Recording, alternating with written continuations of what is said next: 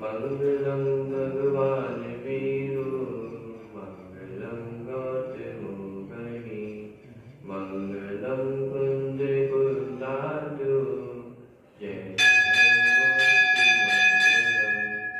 सर्वमंगल मांगल्यम सर्वकल्याणकारकम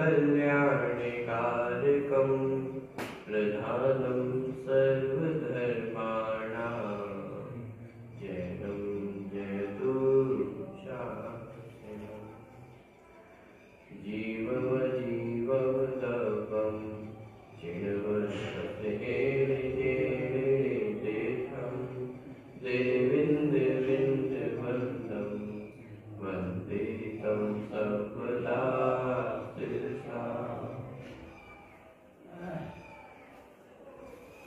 21वीं गाथा की चर्चा अपनी चलती है। गाथा का पाठ एक बार हम करते हैं। गाथा क्रमांक 21 प्रश्न क्रमांक 69। तब परिवर्त रूप जो तो कालो हवे व्यवहारो परिणामादि लखो वर्तन लखो य पर मठो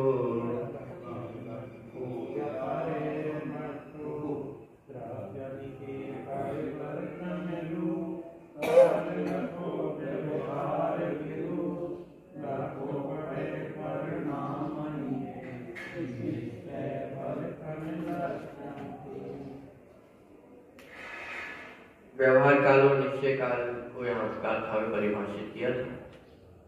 द्रव्य के परिवर्तन रूप जो परिणाम आदि होते हैं वह व्यवहार काल है और वर्तना लक्षण उस द्रव्य का वह निश्चय काल। बहुत सारी चर्चा टीका के अंतर्गत हमारी हुई है काल द्रव्य को लेकर के।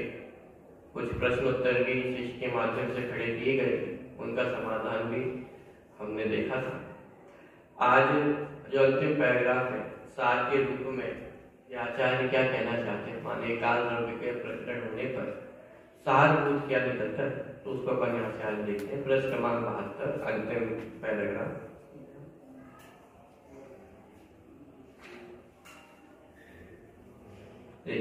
बहुत कहने से क्या, माने ऊपर जो इतनी हुआ वो करके आए हैं काल द्रव्य को लेकर के कि काल द्रव्य है या नहीं है, उसकी अलग से सत्ता सिद्ध की। माने इतना प्रश्न उत्तर करने के बाद आचार्य क्या कह रहे हैं, बहुत कहने से क्या, माने जिसको समझना है वो तो संक्षिप्त में ही समझ ले, और जिसे नहीं समझना हो तो उसे कितना भी विस्तार करते रहो तो उसके समझ में आने वाला नहीं। इसलिए बहुत अधिक कहने से क्या, जो अनादि निधन है, अमूर्त है, नित्य है, समय आदि के उपादान कारणभूत होने पर भी समय आदि के भेद रहित है, वह कालाणु द्रव्य रूप निश्चय काल है। ये एकदम संक्षिप्त में जो काल द्रव्य का स्वरूप है उसको यहाँ पे स्पष्ट कर दिया कि काल द्रव्य कैसा है, अनादि निधन है। क्षयवी द्रव्य वास्तव में कैसे है, अनादि निधन है। तो काल द्रव्य भी अनादि निधन, माने ना किसी ने इसे बनाया है और ना कभी इसका नाश होगा। अनादि निधन है, अमूर्त है। उद्गत द्रव्य को छोड़कर के शेष पांचों ही द्रव्य कैसे हैं, अमूर्त है। तो काल द्रव्य भी कैसा है, अमूर्त है, नित्य है। देखिए काल के साथ वो नित्य शब्द थोड़ा विरोध जैसा लगता है कि काल तो निरंतर बदलने वाली वस्तु है, वो नित्य कैसे हो सकती है।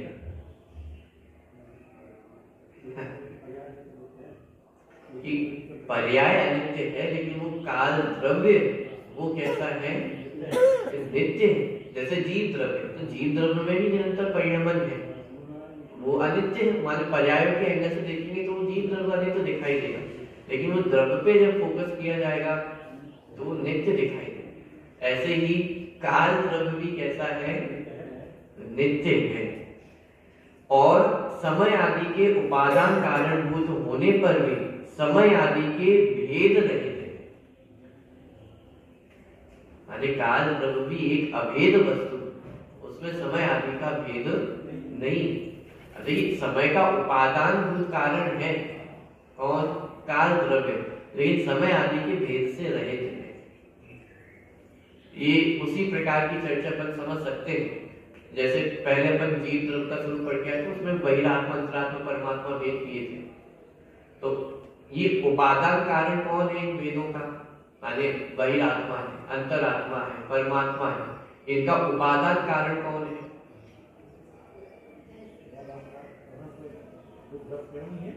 वो द्रव्य स्वयं, द्रव्य कौन सा है? जीव द्रव्य है ना।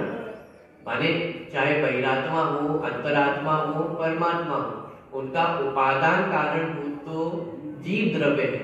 तो इसी गाथा में अपन ने ऊपर उदाहरण देखा था कि नर नारकादि पर्यायों में उपादान भूत कारण कौन? जीव द्रव्य है।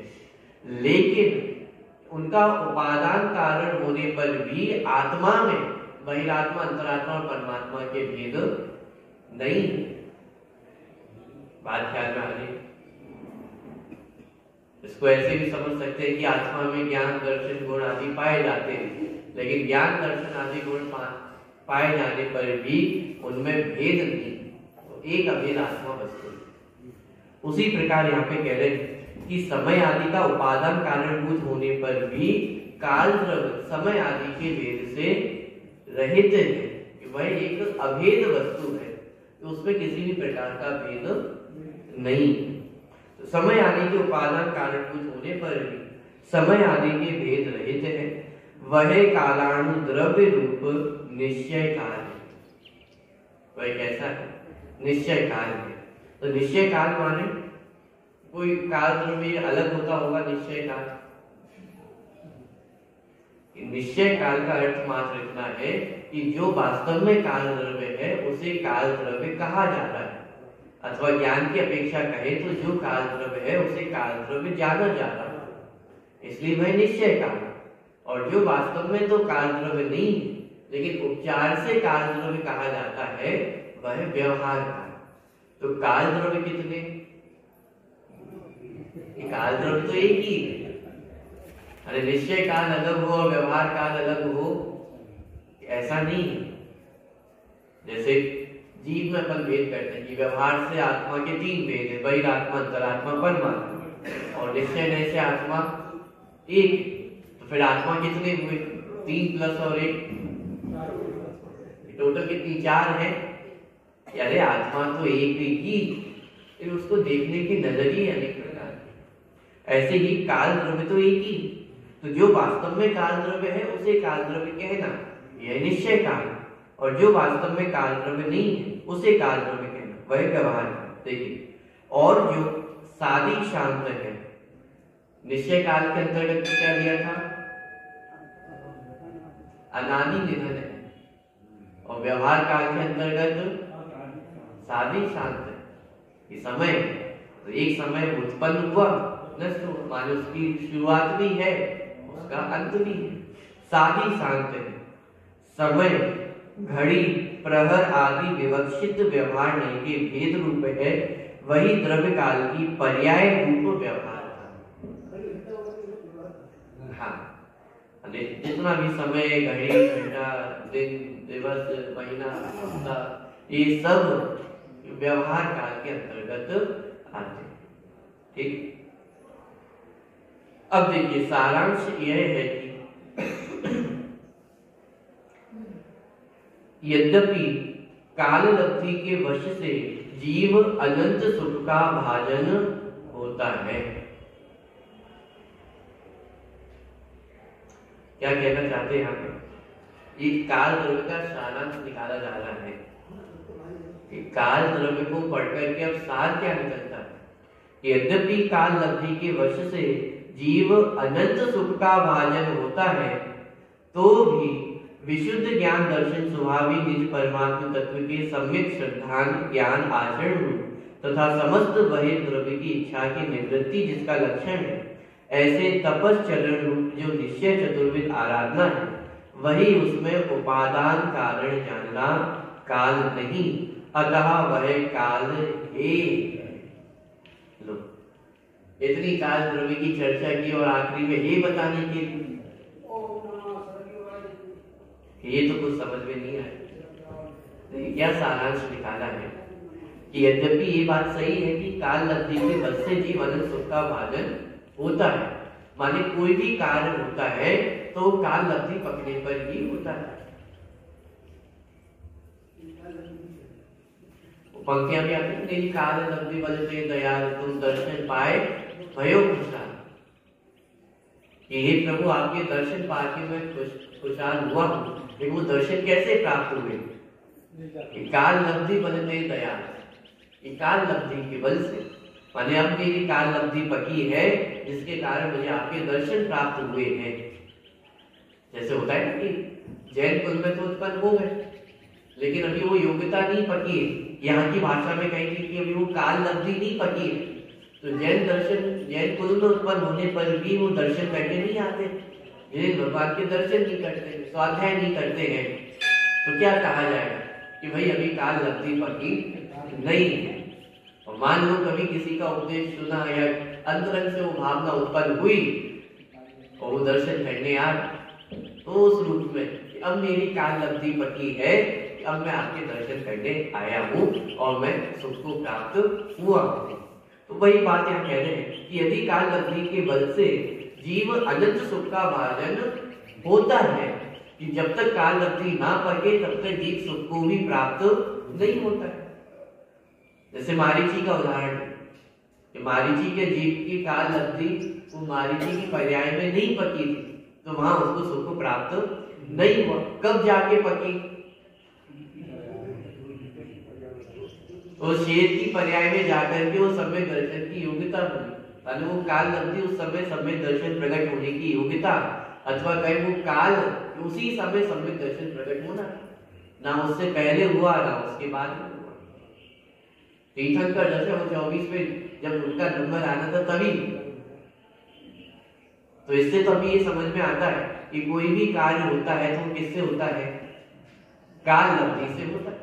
माने जब काल होगा, जब होना होगा कार्य, तब वो कार्य हो। देखिए तो आचार्य क्या कहते हैं, यद्यपि काल लब्धि के बल से जीव अनंत सुख का भाजन होता है, माने जिस समय सिद्ध दशा प्रकट होनी होगी वो सिद्ध दशा उसी समय होगी, तो भी विशुद्ध ज्ञान दर्शन स्वभावी निज परमात्म तत्व के सम्यक श्रद्धान ज्ञान आचरण रूप तथा समस्त वह द्रव्य की इच्छा की निवृत्ति जिसका लक्षण है, ऐसे तपश्चरण रूप जो निश्चय चतुर्विध आराधना है, वही उसमें उपादान कारण जानना। काल लब्धि भी एक कारण है, लेकिन उसमें उपादान कारण कौन है? कि वो स्वयं की आराधना ही उपादान कारण। अथवा इसको ऐसा कह सकते हैं कि जो स्वयं की आराधना करता है, काल लब्धि भी उसी की पक्की है। बात ख्याल में आ रही कि ऐसे बैठे बैठे काल लब्धि पकने वाली नहीं। साहब मैं तो यहाँ बैठा हूँ और काल लब्धि पकनी होगी तो पक जाएगी जिस समय पकनी होगी। अरे भाई, जो स्वयं की आराधना करता है, जो स्वयं का पुरुषार्थ करता है, उसी की काल लब्धि पकती। बात ख्याल में मन कितना स्पष्ट कि आचार्य स्वच्छंद होने का वो प्रसंग नहीं दे रहे हैं। इस आप काल धर्म का प्रकरण हमने पढ़ा है कि सब कार्य तो अपनी काल लब्धि से ही होना है, लेकिन काल लब्धि के भरोसे बैठना ये कोई समझदारी का कार्य नहीं है, क्योंकि कार्य तो अपनी उपादान कारण से होने वाला है। और उसमें उपादान कारण कौन है? कि स्वयं की आराधना, निश्चय सम्यक दर्शन ज्ञान चारित्र तपश्चरण, वह अनंत सुख में उपादान कारण है। जैसे मिट्टी का घड़ा बनना हो तो मिट्टी के घड़े बनने में उपादान कारण कौन? कि मिट्टी उपादान कारण है कि अच्छा अपन एक काम करते हैं, मिट्टी को तो हटा देते हैं, फिर अपन इंतजार करते हैं कि कब उसकी योग्यता पकेगी, कब वो घड़ा बनेगा, कि कब तक काल अवधि का इंतजार किया जाए कि वो घड़ा बन जाए, कितने निमंत्रणों को इकट्ठा किया जाए, कुम्हार बिल्कुल बेस्ट जो कुम्हार हो सकता है सबसे अच्छा, उसको लाकर के अपन ने बुलाया है, सारे औजार बिल्कुल एकदम नए अच्छे उसको दिए हैं, सारी सुविधाएं हैं, लेकिन बस एक मिट्टी हटा दी गई है। बोलो कब वो घड़ा बन के तैयार हो जाएगा? साहब हम तो कितना भी इंतजार करने को तैयार है, कभी तो काल अवधि पकेगी ना। कि अरे जिस तरह मिट्टी के बिना वो मिट्टी के घड़े की काल अवधि कभी भी पकने वाली नहीं है, उसी प्रकार निश्चय सम्यक दर्शन ज्ञान चारित्र के बिना वो जीव अनंत सुख की काल अवधि कभी भी पकने वाली नहीं। हाँ ये बात निश्चित है कि वो काल अवधि जब पकेगी तभी वो अनंत सुख को प्राप्त होगा, लेकिन वो काल अवधि पकेगी कब? कि जब वो स्वयं का पुरुषार्थ उसमें सम्मिलित हो। बात ख्याल में आने आचार्य यहाँ पे प्रेरणा देना चाहते कि काल अवधि के भरोसे बैठने योग्य नहीं, स्वयं का पुरुषार्थ जब तक नहीं होगा तब तक काल अवधि भी नहीं पकेगी। तो यद्यपि काल अवधि के वश से जीव अनंत सुख का भाजन होता है, तो भी विशुद्ध ज्ञान दर्शन स्वभाव निज परमात्म तत्व के सम्यक श्रद्धान ज्ञान आचरण रूप तथा समस्त वह द्रव्य की इच्छा की निवृत्ति जिसका लक्षण है, ऐसे तपश्चरण रूप जो निश्चय चतुर्विध आराधना है। चतुर्विध आराधना मतलब ज्ञान दर्शन चारित्र और तप, चार चीजों की बात की। सम्यक दर्शन, सम्यक ज्ञान, सम्यक चारित्र और पर द्रव्य से निवृत्ति रूप जो तपश्चरण, ये क्या? तो चतुर्विध आराधना है, वही उसमें उपादान कारण जानना, काल नहीं, माने काल उपादान कारण नहीं। किसी भी कार्य के होने में निमित्त भी होगा, होनहार भी होगी, काल अवधि भी होगी, लेकिन उसमें उपादान कारण कौन है? वो स्वयं जीव है, काल नहीं। अतः वह काल क्या लिख रहे हैं? हे है। काल हे है का मतलब क्या? ये काल छोड़ने योग्य है। काल छोड़ने योग्य है माने क्या? कि काल की प्रति जो आश्रित बुद्धि है वो छोड़ने योग्य है। माने कोई कार्य होगा तो समय आने पर हो जाएगा, तो ये जो हमारी पराधीन बुद्धि है काल के ऊपर, तो वो छोड़ने योग्य। मतलब काल द्रव्य तो आज तक ग्रहण किसने किया जो उसको छोड़ दे? काल हे है का मतलब क्या? कि काल के ऊपर पराधीन जो वृत्ति है वो छोड़नी होगी। बात करना, जैसे कोई विद्यार्थी है, उससे प्रथम स्थान प्राप्त करना है तो कैसे होगा? कि जब होना होगा, फर्स्ट आना होगा, तब फर्स्ट आ जाएगा। जब अच्छे टीचर मिलेंगे, अच्छा स्कूल मिलेगा, अच्छी किताबें मिलेंगी, एयर कंडीशन रूम मिलेगा, तब मैं फर्स्ट आऊंगा। तो यहाँ पे आचार्य का उद्देश्य है कि वो निमित्त है, भवितव्यता है, काल अवधि है। क्यों? क्योंकि उपादान कारण तो स्वयं जीव ही। प्रथम स्थान प्राप्त करना है तो स्वयं का पुरुषार्थ ही काम है। स्वयं का पुरुषार्थ होगा तो काल अवधि भी पकेगी, स्वयं का पुरुषार्थ होगा तो तद अनुसार निमित्त भी मिलेंगे, स्वयं का पुरुषार्थ होगा तो तद अनुसार भवितव्यता भी होगी। लेकिन स्वयं का पुरुषार्थ ना हो और बाकी सारी चीजों को इकट्ठा करने में लगा रहे तो उससे कुछ भी होने वाला नहीं। टोडरमल जी ने भी पूरा प्रकरण लिखा, पुरुषार्थ से ही मोक्ष। माने मोक्ष किससे होगा? पुरुषार्थ से ही हो। ऐसा तो फिर बाकी चार लब्धियों का क्या होगा? बाकी सारे कारणों का आपने निश्चित कर दिया। सच्चे देवशास्त्र से मोक्ष नहीं होगा, काल लब्धि पकड़ने पे मोक्ष नहीं होगा, कि अरे जब स्वयं का पुरुषार्थ होगा तो सच्चे देवशास्त्र गुरु निमित्त भी होंगे, काल लब्धि भी होगी, होनहार भी होगी, लेकिन स्वयं का पुरुषार्थ ना हो। वहां तो उन्होंने बहुत अच्छे से एक्सप्लेन भी किया कि अच्छा आप यदि कहते हो कि बाकी चारों लब्धियों से यदि कार्य होता है, तो उन्होंने बिल्कुल एक्सप्लेन किया, इस बात को सिद्ध किया कि बाकी सारी चीजें आपके हाथों में कहां है। भवितव्यता वो आपके हाथ में नहीं, काल लब्धि वो आपके हाथों में नहीं है, निमित्त वो आपके हाथों में नहीं। किस कार्य के होने में कब कौन सी वस्तु निमित्त बने, और वो निमित्त तो पर द्रव्य है, और एक द्रव्य दूसरे द्रव्य में कुछ करता नहीं। माने इस तरह उन्होंने सभी का निराकरण करते हुए कहा कि एकमात्र पुरुषार्थ ही वो हमारे हाथ में। बात ख्याल में आई।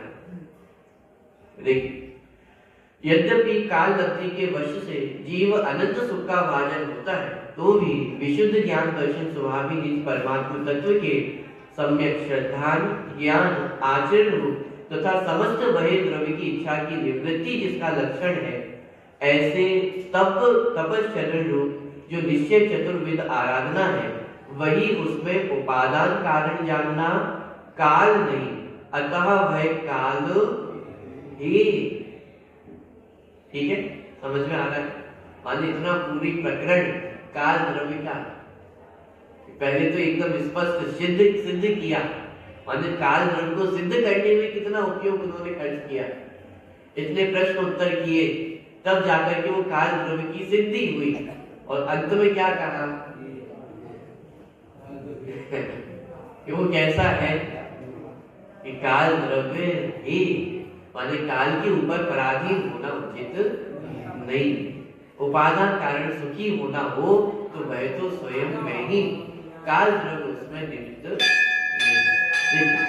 अब निश्चय काल के रहने के क्षेत्र का तथा द्रव्य की संख्या का प्रतिपादन करते।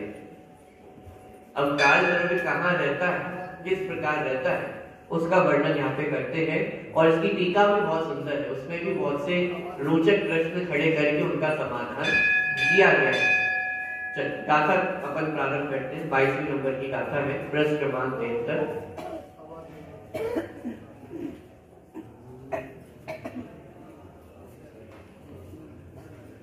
देखिए 22वें नंबर की गाथा। लोयायास पदे से एक के जे किया हुए किसका,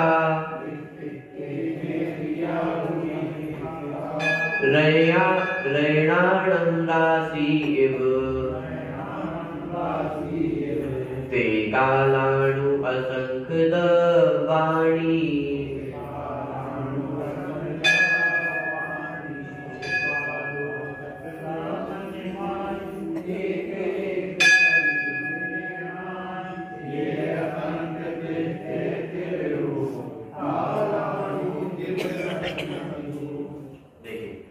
काल द्रव्य कहाँ रहते हैं, तो उसकी चर्चा यहाँ पे लोयायास प्रदेशे, माने लोक आकाश के प्रदेशों पर एक के जे किया हुए का कि एक एक कालाणु काल द्रव्य आकाश द्रव्य के प्रदेशों पे स्थित, माने लोकाकाश के एक एक प्रदेश पे एक एक कालाणु स्थित है। कैसे स्थित है? रैणाणं राशि एवं, रत्नों की राशि के समान। जैसे यहाँ पे उदाहरण माने समानता बैठाने की कोशिश की, जैसे कालाणु, वो एक एक कालाणु को एक एक रत्न माना जाए, तो जैसे जो रत्न होते हैं उनको रखने के वो खांचे होते हैं, तो एक एक खांचे में उस रत्न को रख दिया जाता है, खचित हो गए। ऐसे ही जो कालाणु है वो भी एक एक रत्न के समान है, और वह लोकाकाश के एक एक प्रदेश पर खचित है, स्थित है। रैणाणं राशि एवं ते कालाणु असंख्य दब्बाणी, तो लोकाकाश के प्रदेश कितने हैं? असंख्य है, और एक एक प्रदेश पे एक एक कालाणु स्थित है, तो कालाणु भी कितने हुए? असंख्य हुए। माने जो कालाणु की संख्या है वह कितनी है? असंख्य कालाणु। ठीक है, देखिए गाथा। जो लोकाकाश के एक एक प्रदेश पर रत्नों की राशि की भांति भिन्न भिन्न रूप से एक एक स्थित है, वे कालाणु असंख्य द्रव्य है। माने यहाँ पे इतना स्पष्ट लिखा कि जो कालाणु है वो एक एक कालाणु भिन्न भिन्न अलग अलग है और एक एक कालाणु की अपनी स्वतंत्र सत्ता है। माने असंख्य कालाणु है तो असंख्य कालाणुओं की भिन्न भिन्न सत्ता है। माने काल द्रव्य कितने हैं? ये असंख्य काल द्रव्य है और एक एक कालाणु एक एक काल द्रव्य की अपनी अपनी अलग अलग भिन्न भिन्न सत्ता है। एक एक कालाणु वो एक एक प्रदेश पे जाकर के स्थित है। आकाश के असंख्यात प्रदेश, तो एक एक प्रदेश पे एक एक कालाणु स्थित है। तो एक आकार देखिए, टीका प्रारंभ करते हैं। लोकाकाश के एक एक प्रदेश पर जो एक एक संख्या में स्थित है, स्पष्ट रूप से किसके समान? कि परस्पर तादात्म्य रहित रत्नों की राशि की भांति। काल द्रव्य में तादात्म्य पना नहीं, तादात्म्य पना माने एक में एक पना होना कि एक एक कालाणु बिल्कुल स्पष्ट भिन्न है, उनमें तादात्म्य पना नहीं है, तो सब भिन्न भिन्न है। एक एक कालाणु की सत्ता एकदम स्वतंत्र भिन्न भिन्न है। तो तादात्म्य रहित रत्नों की राशि की भांति वे कालाणु हैं। उनकी कितनी संख्या है? लोकाकाश के प्रदेश प्रमाण असंख्य द्रव्य है। लोकाकाश की कितनी संख्या है? असंख्यात प्रदेश है और एक एक प्रदेश पे एक एक कालाणु स्थित है। तो कितनी संख्या की? लोकाकाश के प्रदेश प्रमाण असंख्य द्रव्य है। विशेष जिस प्रकार अंगुली की वक्र पर्याय की उत्पत्ति जिस क्षण होती है उसी क्षण पूर्व की सीधी पर्याय का व्यय होता है और अंगुली रूप से ध्रुव रहता है, इस प्रकार द्रव्य की सिद्धि होती है। तथा जिस प्रकार केवल ज्ञान आदि की व्यक्ति रूप से कार्य समय सार का उत्पाद, निर्विकल्प समाधि रूप कारण समय सार का विनाश और उन दोनों के आधारभूत परमात्म द्रव्यत्व रूप से द्रव्य है, इस प्रकार भी द्रव्य की सिद्धि है। उसी प्रकार कालाणु को भी मंद गति से परिणमित उद्गल परमाणु द्वारा प्रकट किए गए और कालाणु रूप उपादान कारण से उत्पन्न हुए जो वर्तमान समय का उत्पाद है, वही भूतकाल के समय की अपेक्षा से विनाश है और उन दोनों के आधारभूत कालाणु द्रव्य रूप से द्रव्य है। इस प्रकार उत्पाद व्यय और द्रव्यात्मक काल द्रव्य की सिद्धि। एक पैराग्राफ बड़ा है लेकिन अर्थ बहुत सरल है। क्या कहना चाहते हैं कि जैसे प्रत्येक द्रव्य में उत्पाद व्यय और द्रव्य होता है, उसी तरह काल द्रव्य में भी उत्पाद व्यय और द्रव्य होता है। तो उस उत्पाद व्यय द्रव्य को समझाने के लिए यहाँ पे पहले दो उदाहरण दिए। कौन से दो उदाहरण दिए? कि पहले तो उंगली का उदाहरण दिए। जैसे मान लीजिए ये उंगली ये टेढ़ी हुई, तो टेढ़ी उंगली की पर्याय का उत्पाद हुआ और उसी समय जो सीधी रूप उंगली थी उस पर्याय का व्यय हुआ। लेकिन जो सीधी उंगली थी और टेढ़ी उंगली हुई, तो इन दोनों ही अवस्थाओं में जो सदा काल विद्यमान थी वो उंगली कैसी है? वो सदा ध्रुव है। ये उत्पाद व्यय और द्रव्य, और ये तीनों अलग अलग समय में हुई या एक ही समय में? मानी ये सीधी उंगली है, ये टेढ़ी हुई, तो अब यहाँ पे उत्पाद व्यय और द्रव्य ये एक समय में हुए हैं या अलग अलग समय में हुए हैं? कि उत्पाद व्यय और द्रव्य ये तीनों एक ही समय में हुए कि जब ये उंगली सीधी है, ठीक है, अब इसको टेढ़ा किया, इसी समय पूर्व पर्याय का व्यय हुआ, माने सीधी उंगली का व्यय हुआ और टेढ़ी उंगली का उत्पाद हुआ, और उसी समय उंगली तो उंगली ही है। माने तीनों चीजें एक साथ एक समय में ही होती, और ये उत्पाद व्यय द्रव्य की प्रक्रिया प्रत्येक द्रव्य में हर समय चलती है। यदि एक क्षण को भी ये रुक जाए तो द्रव्य की सत्ता नष्ट हो जाए। तत्वा सूत्र में सत्ता का लक्षण ही ये है, माने किसी भी द्रव्य की सत्ता किस कारण है? उत्पाद व्यय द्रव्य उत्तम स्तर। तो सत्ता किस कारण है कि उत्पाद व्यय और द्रव्य ये सदा काल चलता रहता है, इसी वजह से वो द्रव्य की सत्ता है। और यदि उत्पाद व्यय द्रव्य में से किसी एक का भी अभाव हो जाए तो द्रव्य की सत्ता खतरे में हो जाए। बात क्या है? तो इस प्रकार यहाँ पे द्रव्य की सिद्धि। फिर दूसरा उदाहरण दिया केवल ज्ञान, माने देखिए जिस प्रकार केवल ज्ञान आदि की व्यक्ति रूप से कार्य समय सार का उत्पाद और कारण समय सार का व्यय, माने क्या कि कोई भी व्यक्ति संसार दशा से सिद्ध दशा को प्राप्त हुआ तो कारण परमात्मा विद्यमान, उस कारण परमात्मा का लक्ष्य किया तो बाहर में कार्य परमात्मा जो पर्याय है उसकी उत्पत्ति। तो यहाँ कार्य क्या हुआ कि कार्य परमात्मा का उत्पाद, ठीक है, और कारण परमात्मा का व्यय हुआ।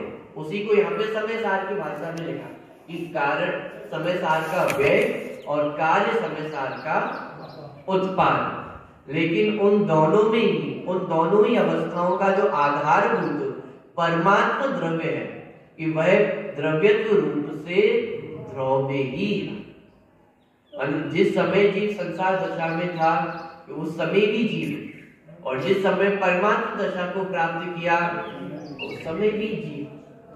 तो द्रव्य पना तो सदा ही कायम रहा। अंतर क्या हुआ कि संसार दशा का व्यय हुआ, परमात्मा दशा का उत्पाद हुआ, और जीव तो जीव ही रहा, वैसा का वैसा ही रहा। तो इस प्रकार उत्पाद व्यय और द्रव्य के माध्यम से द्रव्य की सिद्धि होती है। ये दो उदाहरण दिए किसको समझाने के लिए? काल द्रव्य को समझाने के लिए, ठीक है। तो ये दो उदाहरण में एक और बार यहाँ से पढ़ता हूँ, फिर अपन सिद्धांत देंगे।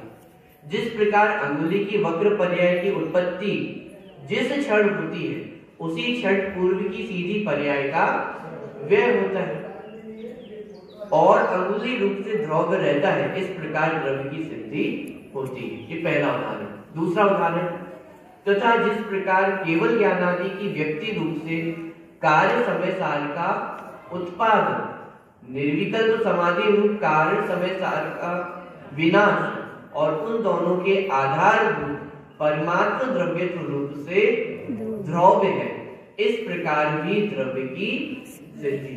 ये दोनों उदाहरण यहाँ पे प्रस्तुत किए। अब काल द्रव्य को यहाँ पे समझा रहे हैं कि उसी प्रकार कालाणु को भी मंद गति से परिणमित पुद्गल परमाणु द्वारा प्रकट किए गए और कालाणु रूप उपादान कारण से उत्पन्न हुए जो वर्तमान समय का उत्पाद है, वही भूतकाल के समय की अपेक्षा से विनाश है। एक समय उत्पन्न हुआ तो पिछले समय का व्यय हुआ। ये दो कार्य कितने समय में हुए? एक ही समय में हुए, माने पूर्व समय का व्यय और नवीन समय का उत्पाद। इसको थोड़ा सरल भाषा में देखें तो सेकंड्स में अपन समझने का कोशिश करते हैं। तीन सेकंड्स, ठीक है। तो पहले सेकंड का व्यय हुआ और दूसरे सेकंड का उत्पाद। जैसे घड़ी की सुई होती है तो एक कदम वो आगे बढ़ी, सेकंड की जो सुई है वो एक कदम आगे बढ़ी। तो यहाँ कितने कार्य हुए? दो कार्य। जो सुई पहले 11 पे थी, अब वो एक कदम आगे बढ़ के अपन मोटा मोटा लगा दे 12 पे आए, ठीक है। तो 11 से हट करके 12 पे आए, तो यहाँ पे कितने कार्य हुए? उत्पाद। 11 पे जो सुई थी उस पर्याय का, उस अवस्था का व्यय हुआ, और 12 पे आई तो इस अवस्था का उत्पाद हुआ। लेकिन वो जो सुई का कांटा है वो तो दोनों ही अवस्था में, जब 11 नंबर पे था तब भी वही था और 12 नंबर पे आया तो भी वही। बात ख्याल में आ रही? तो उत्पाद और व्यय, जब 12वें नंबर पे वो सुई आई तो उसी समय 11वें नंबर का व्यय हुआ, मानी ये तीनों ही कार्य एक ही समय में हो रहे हैं, उत्पाद, व्यय और द्रव्य। उसी तरह हम भी कह रहे हैं, या तो टाइम की जो सबसे छोटी यूनिट है वो क्या है, समय।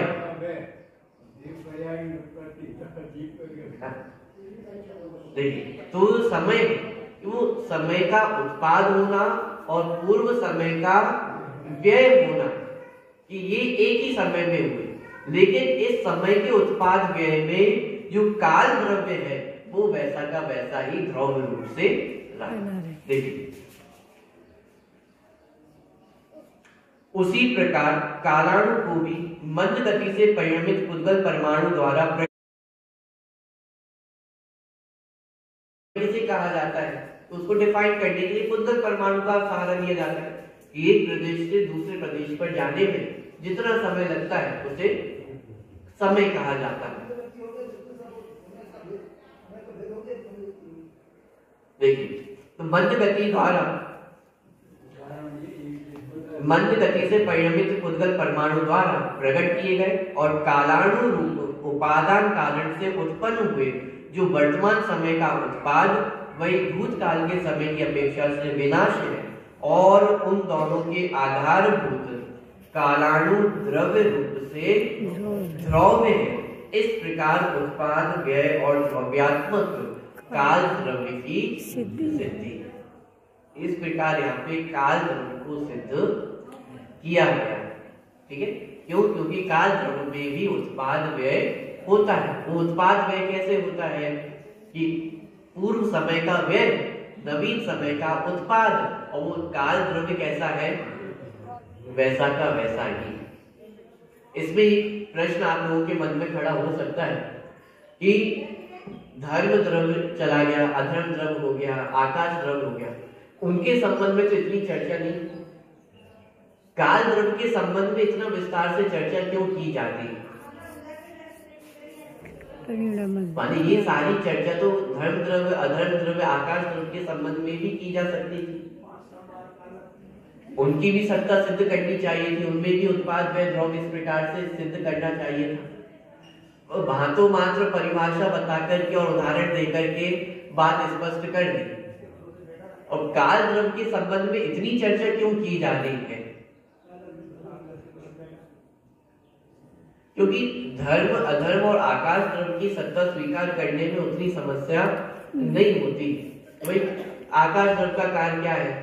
स्थान देने में निमित्त होता है, तो वो एक प्रकार से हमें स्वीकार सहजता से हो जाता है कि हाँ कोई एक ऐसा द्रव्य है जो आकाश मतलब रहने को स्थान देता है, कोई ऐसी साधारणभूत वस्तु है जिसके कारण जीव और पुद्गल चल सकते हैं अथवा रुक सकते हैं। लेकिन ये जो काल द्रव्य है वो हमें काल्पनिक ही प्रतीत होता है। माने समय वो किसी द्रव्य की पर्याय है, ये हमारी कल्पना में भी नहीं आ पाता है। माने वो हमें एक प्रकार से काल्पनिक ही लगता है कि काल द्रव्य कोई अलग से कोई द्रव्य होता होगा, जैसे जीव द्रव्य है, जैसे पुद्गल द्रव्य है। ये तो द्रव्य हमें ख्याल में आते हैं कि हाँ इनकी अलग सत्ता है, इनका अलग अपना कार्य है, लेकिन काल किसका कार्य है? ये समय किसका कार्य है? ये समय एक काल द्रव्य का कार्य है। माने एक एक समय की जो उत्पत्ति हो रही है वो किसका कार्य है? वो काल द्रव्य का कार्य है। बात ख्याल में आती। माने इसलिए यहाँ पे आचार्य काल द्रव्य की सिद्धि में अपना इतना उपयोग लगा रहे हैं, क्योंकि वो हमें एक काल्पनिक वस्तु ही लगती है कि काल तो एक काल्पनिक वस्तु है, समय है। तो समय माने क्या? समय तो बीतता जा रहा है, घड़ी घंटे आदि सब बीतते जा रहे हैं, लेकिन एक एक पर्याय जो बीत रही है वो बिना द्रव्य के नहीं हो सकती। वो द्रव्य कौन है? कि वो काल द्रव्य है। बात ख्याल में आ रही है। तो इसलिए यहाँ पे वो काल द्रव्य की सत्ता को सिद्ध करने में इतना उपयोग आचार्य यहाँ पे लगा है कि उसमें उत्पाद व्यय द्रव्यपना सिद्ध किया कि काल द्रव्य में भी उत्पाद व्यय और द्रव्य होता है, और इस रूप से वो काल द्रव्य की सिद्धि। बात ख्याल में आ रही है। अब यहाँ पे और कुछ प्रश्न यहाँ पे आने वाले, बहुत रोचक प्रश्न यहाँ पे है। जैसे एक प्रश्न यहाँ पे आएगा कि भाई काल द्रव्य तो लोकाकाश में ही रहता है, अलोकाकाश में तो नहीं है, तो फिर अलोकाकाश में परिणमन कैसे होता है? प्रश्न ख्याल में आ रहा है?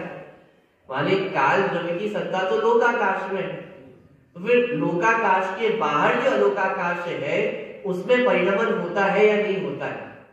और यदि परिणमन होता है तो फिर वो कैसे होता है? काल द्रव्य तो वहां है ही नहीं, क्योंकि अखंडित है। इस प्रकार का वो प्रश्न वो यहाँ पे आने वाला है, उसका समाधान भी यहाँ पे होगा। कल अपन उन सारे जो प्रश्न हैं उनकी चर्चा अपन कल करेंगे।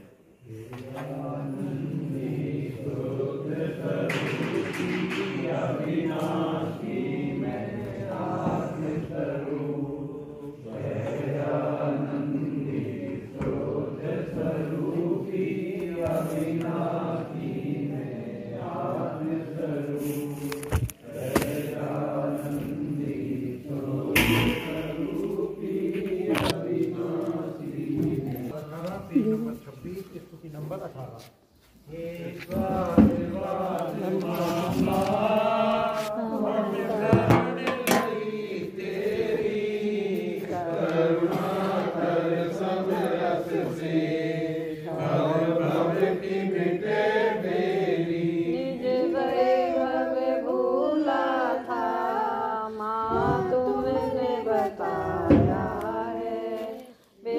विषय बता करके सन्मार्ग दिखाया है। चलूं मैं मां हो स्वानुभूति तेरी, करुणा कर समरस से भव भव की मिटे फेरी।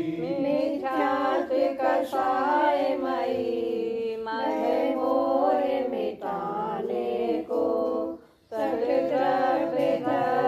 सत्य को नए पक्ष बताने को। आप ही दर्पण हो पुरुषार्थ निधि मेरी, करुणा कर समरस से भव भव की